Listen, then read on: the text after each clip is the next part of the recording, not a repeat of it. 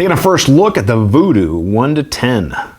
One of the coolest scopes that I saw come out at SHOT Show, actually there was a couple, but one of them was definitely the Vudu 1 to 10 by EOTECH. Now this particular one is a first focal plane, and this is the SR5 reticle with MRAD. Now I picked that one because I generally like MRAD versus MOA, and I thought this was, you know, the best option for me. However, there are 3 different reticle options that we'll get into here in a little bit. My name is Dave Tim from Guns and Tactics. Thank you guys very much for spending a few minutes of your day checking out this video. If you guys like the content, like, share, subscribe. I'd love to have you aboard. I'd like to grow the channel. You can check us out online, all that good stuff. We appreciate it. Now, back to the scope. I love LPVOs. I gotta warn you, I'm like an LPVO junkie. I own a lot. Let's just say I'm well into double digits, and if I don't currently own it, I used to own it, and I probably shot it or whatever. So if you pick like, well Dave, how does it compare to whatever, and you post that in the comments, I'll probably have some experience with it. Now 1 to 10s are starting to grow in popularity. We saw the very first 1 to 10 a few years ago, and then just in the last couple of years we've seen a few more enter into the market. Some more expensive than this, some less expensive than this. But let's just talk about pricing right away. $1,800 is MSRP, and I have not seen street price because I don't know how many of them are actually available on the street price. Most of the retailers that I was checking are out of stock, which then asks the question, well, how did I get one? So let's talk about that real quick.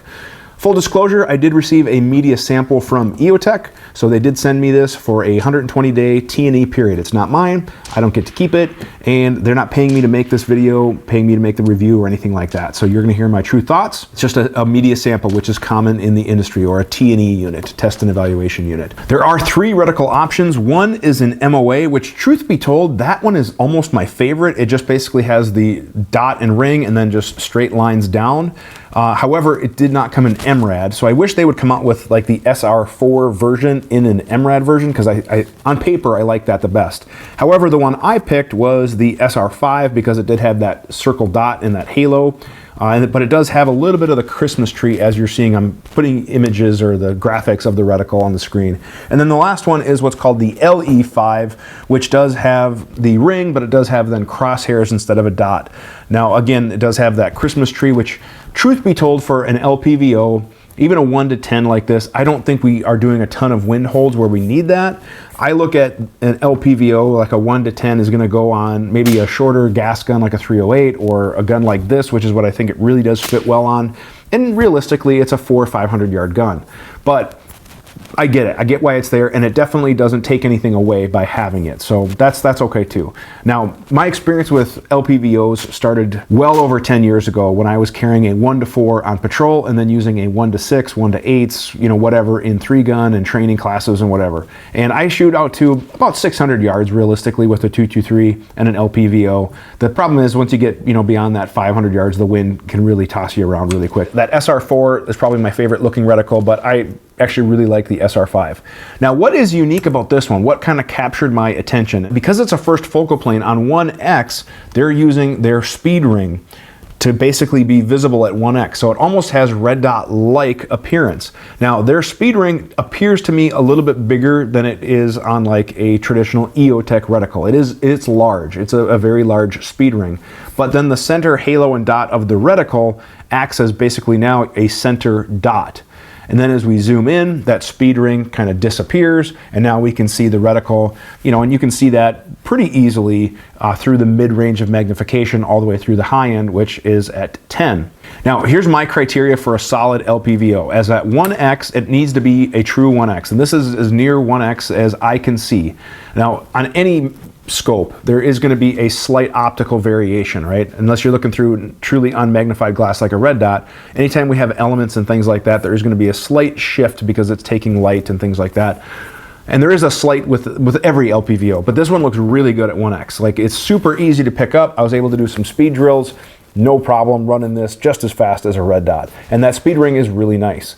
And then once I was shooting out to, I think I shot about 450 is the longest with this configuration.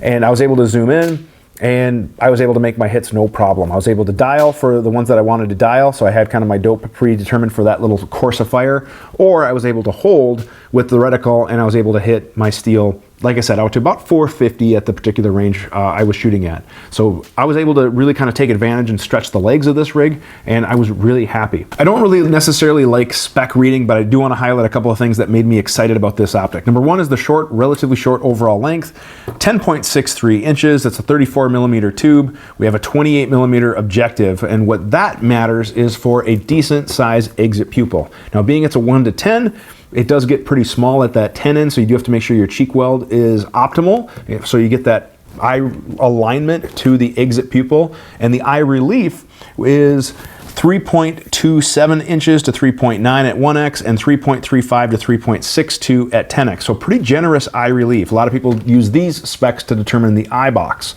And I found the eye box was very generous with this optic. So all in all, it was a pleasure to get behind this optic. Weight of the scope is 21.3 ounces, which for whatever reason, the other two 1-10s that I own, they come in at right about the same weight. So, you know, would I love to see a little bit lighter weight, closer to that pound? Absolutely, but this appears to be, if we're gonna get a 1-10, like I said, all of my 1-10s, I have the Vortex and I have the Adaball, and now I have the sample of this one, and they're all right about within an ounce or so. So that's just what it is. Another spec that I do wanna point out is field of view, which is how much we can see, and that is important. And at 1x, we have 116 feet at 100 yards, and if we zoom in, we're at 11 feet, 11.7 feet.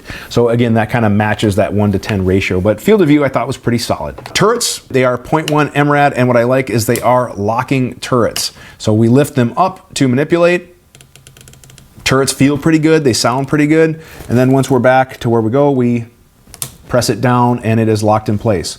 It is have a capped windage, as you guys are seeing here, and then on the other side, we do have the Illumination Controls. Now, it doesn't have a traditional rheostat where we dial up or down, but it has a power button on off, and then it has our brightness controls on either the front or the back. So you can turn it on by just simply pressing one of those. Speaking of illumination, that is the only downside of this scope, is that while the illumination is daylight visible, it is not daylight bright. So I shot this on some bright sunny days, even winter when there's tons of reflective light, things like that, and the illumination is not like red dot bright. Now I could kind of see it, and it did definitely change it from that black tone, but truth be told, when it was super bright, it was easier for me just to shoot with the illumination off and use the contrast of the black part of the reticle.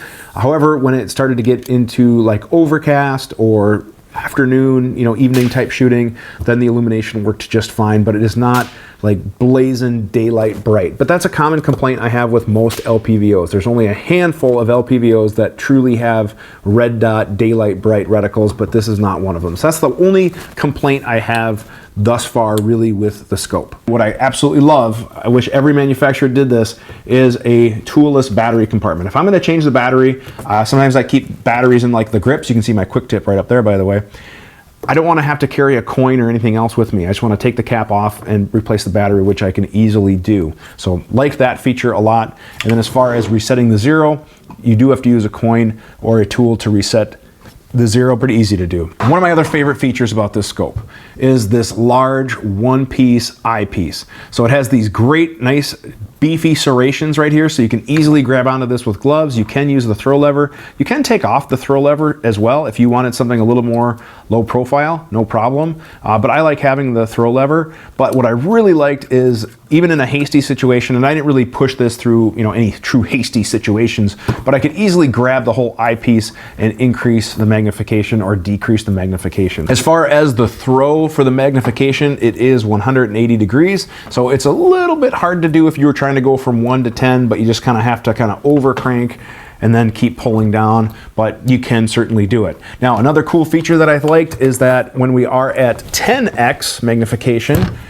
the throw lever is at a slight angle. So if you were to be using this on a bolt action gun, you do have room for that bolt action to clear. So again, some of the other scopes and stuff on the market that I've seen, they put that knob now, it's a 180, so it's like right here, and now it gets in the way when you're trying to manipulate the bolt. So the fact that they moved that up a little bit, even at 10x, will make, you know, manipulating this on a bolt action rifle no problem. So again, good features with that. Where I think this scope is gonna shine, obviously in a setup just like this. Now this is kind of my new SPR / precision recce rifle, whatever you want to call it. It is a JPSCI 20, so it does have this semi, monolithic upper side charge with a sealed back, so it works great for shooting suppressed, which is awesome. There's literally no gas in your face. This gun is a joy to shoot suppressed because of that nice sealed area back there. It does have the side charging area here, so, but this gun is a beast and it shoots super soft, shoots very accurate so far, and I think something like this, a 16-inch kind of more set up for precision,